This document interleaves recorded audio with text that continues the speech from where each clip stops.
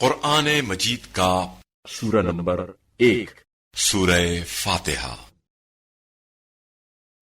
سورہ فاتحہ کے متعلق چند مختصر نکات تلاوت و ترجمے کے ساتھ۔ بسم اللہ الرحمن الرحیم۔ سورہ فاتحہ موجودہ ترتیب کے اعتبار سے قرآن مجید کا سورہ نمبر 1 جبکہ ترتیب نزول کے لحاظ سے سورہ نمبر 5 ہے۔ یہ وہ واحد سورہ ہے جسے خداوند متعال نے اپنے نبی حضرت محمد مصطفیٰ صلی اللہ علیہ وآلہ وسلم پر 2 مرتبہ نازل کیا۔ پہلے مکہ مکرمہ میں نازل ہوا، اس وجہ سے اس کا شمار مکی سوروں میں ہوتا ہے، اور دوسری مرتبہ مدینہ منورہ میں نازل ہوا۔ فاتحہ عربی میں ابتدائی اور دیپاچے کو کہا جاتا ہے۔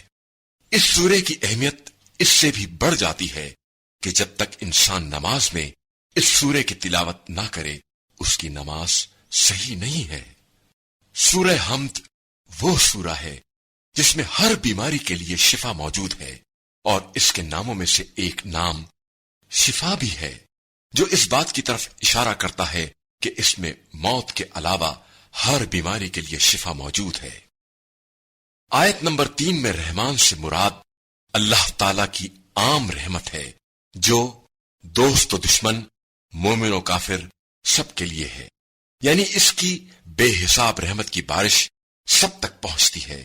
رحیم سے مراد اللہ تعالی کی خاص رحمت ہے، جو اس کے مطیع، صالح اور فرما بردار بندوں کے ساتھ مخصوص ہے، یعنی اللہ کے یہ بندے ایمان و عمل صالح کی بنا پر اس رحمت و احسان خصوصی کے مستحق قرار پائے ہیں۔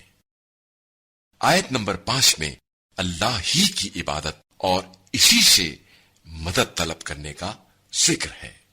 اس کے ذریعے عبادت و بندگی کی طرف جس خوبصورت انداز میں اشارہ کیا گیا ہے، حقیقت میں ان اشاروں کے ذریعے توحید کی تمام اقسام کو بیان کیا گیا ہے۔ اس سورے میں خدا کی حاکمیت کی بنیاد رحمت پر ہونا، عبادت و پرستش اور مدد کا لائق صرف اللہ کا ہونا، خدا کے برگزیدہ بندوں پر اس کے انعام کا نازل ہونا، اور گمراہ بندوں پر خدا کے غضب کے نازل ہونے کا بیان موجود ہے۔ حضرت امام محمد باقر علیہ السلام فرماتے ہیں کہ جس مریض کو سورہ حمد پڑھنے کے بعد افاقہ نہ ملے، اسے کوئی چیز بھی افاقہ نہیں دے سکتی۔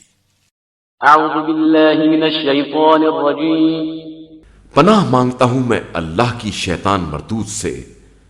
بسم اللہ الرحمن الرحیم۔ شروع نام سے اللہ کے جو بڑا مہربان نہایت رحم کرنے والا ہے۔ الحمد للہ رب العالمین۔ ساری تعریف اللہ کے لیے ہے جو عالمین کا پالنے والا ہے۔ الرحمن الرحیم۔ وہ عظیم اور دائمی رحمتوں والا ہے۔ مالک یوم الدین۔ روز قیامت کا مالک و مختار ہے۔ ایاک نعبد و ایاک نستعین۔ پروردگار، ہم تیری ہی عبادت کرتے ہیں اور تجھی سے مدد چاہتے ہیں۔ اہدنا الصراط المستقیم۔ ہمیں سیدھے راستے کی ہدایت فرماتا رہ۔ صراط الذین انعمت علیہم غیر المغضوب علیہم ولا الضالین۔ جو ان لوگوں کا راستہ ہے جن پر تو نے نعمتیں نازل کی ہیں، ان کا راستہ نہیں جن پر غضب نازل ہوا ہے یا جو بہکے ہوئے ہیں۔